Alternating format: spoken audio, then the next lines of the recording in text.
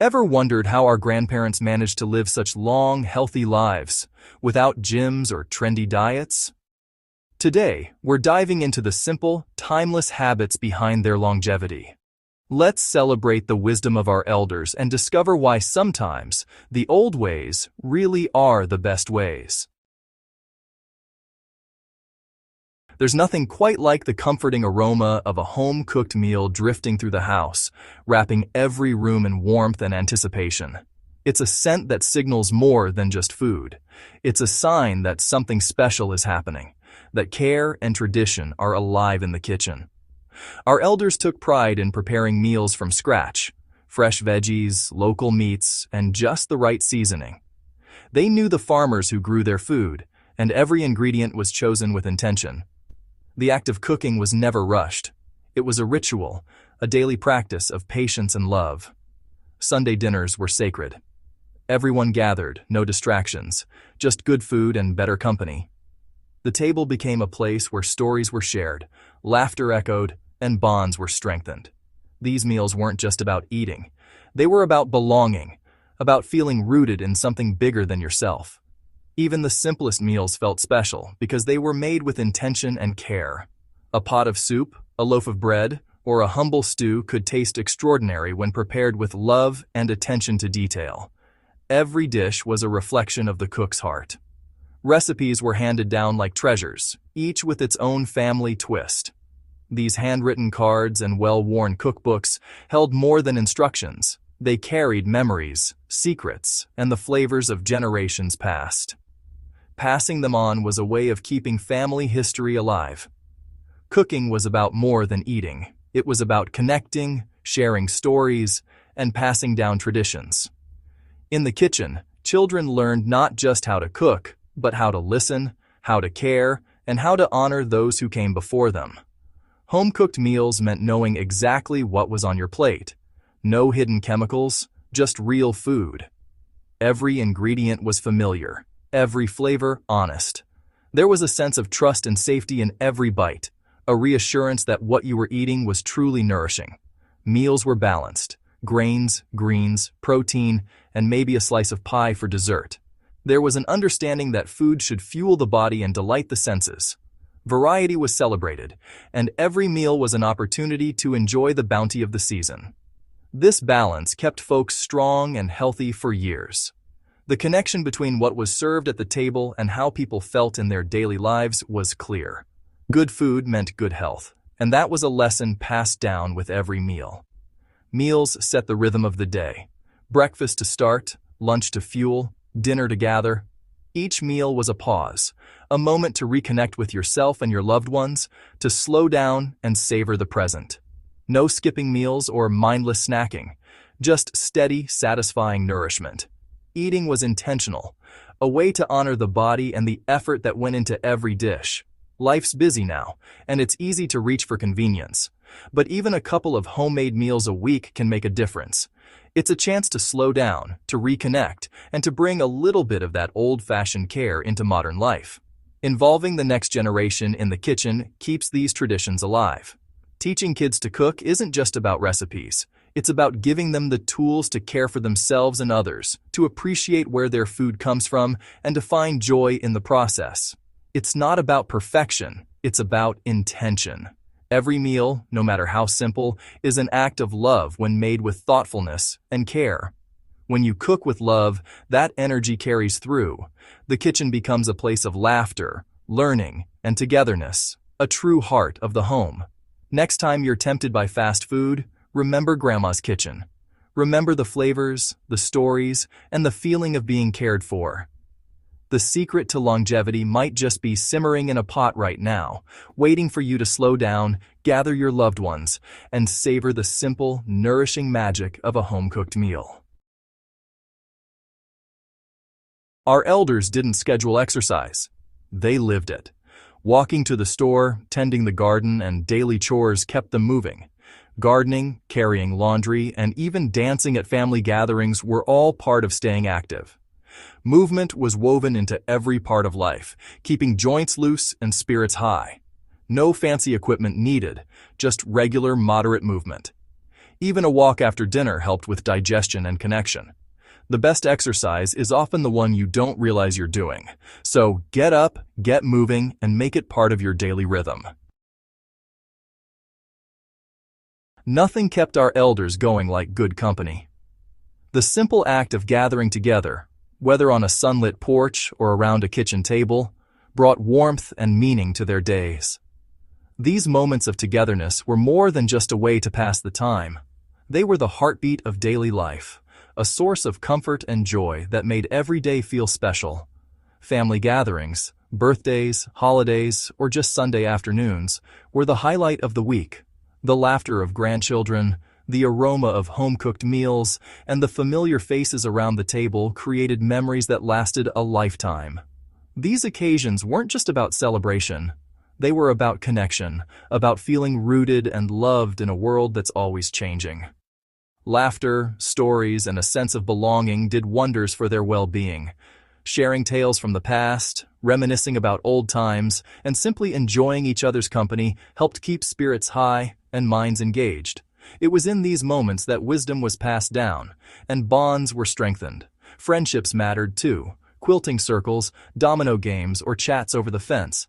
These small gatherings were lifelines, offering companionship and a sense of purpose.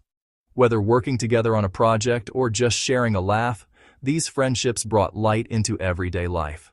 When life got tough, they leaned on each other. No one faced hard times alone. In moments of loss or struggle, a comforting word or a gentle hug made all the difference. The community became a safety net, always ready to catch those in need. Community spirit was strong. Neighbors watched out for one another and shared meals. If someone was sick or needed help, there was always a hot dish or a helping hand at the door. These acts of kindness wove a fabric of trust and mutual respect that held everyone together. That kind of care built trust and resilience. Working side by side in gardens, sharing the fruits of their labor, or simply being present for each other in times of need, they created a foundation that could weather any storm. Staying social kept minds sharp and hearts full. Group activities, from dancing to board games, brought energy and laughter into their lives. These moments of joy and playfulness were just as important as any medicine, keeping loneliness at bay and spirits high. These connections weren't just for good times. They shared grief, celebrated milestones, and supported each other. Whether mourning a loss or rejoicing in a wedding anniversary, the community stood together, offering strength and love through every season of life. Emotional support was like medicine for the soul. A heartfelt conversation, a reassuring touch, or simply knowing someone cared could lift even the heaviest burdens. These gestures, though small, had a profound impact on well-being. In today's world, it's easy to feel disconnected, but small gestures go a long way. A wave from a neighbor, a shared meal, or a thoughtful gift can remind us that we're not alone, that we're part of something bigger. Cherish your people and make time for them. Life moves quickly, but the moments we spend with loved ones are the ones we remember most. Reach out, make plans, and hold those connections close. In the end, it's the relationships we build that make life truly rich. The love, laughter, and support we share with others are the treasures that last long after everything else fades away.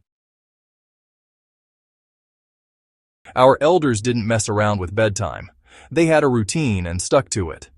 Every night, they followed the same steps, whether it was brushing their teeth, changing into pajamas, or dimming the lights.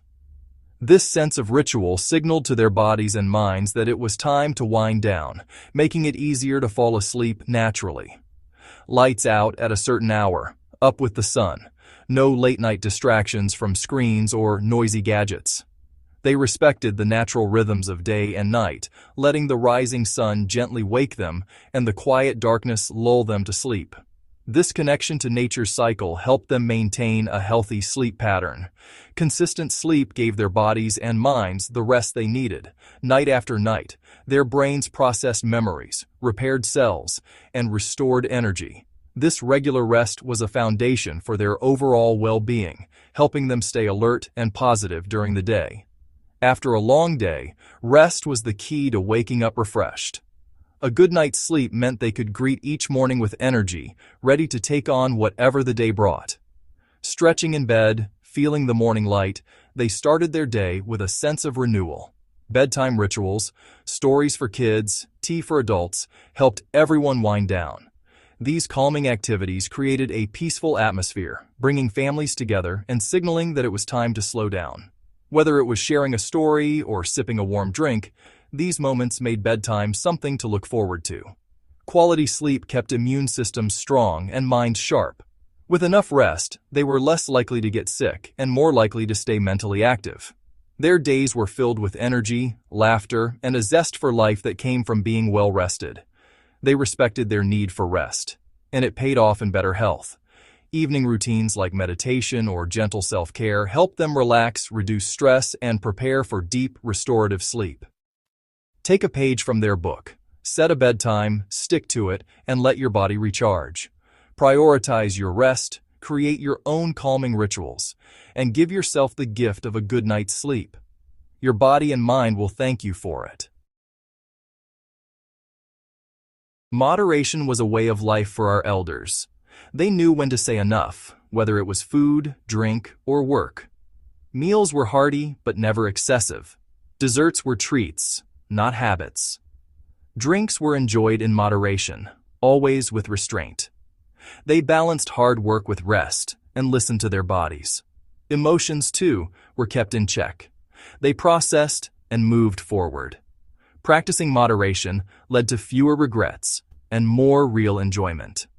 Next time you're tempted to overdo it, remember how our elders kept things in check. Our elders lived with intention and purpose.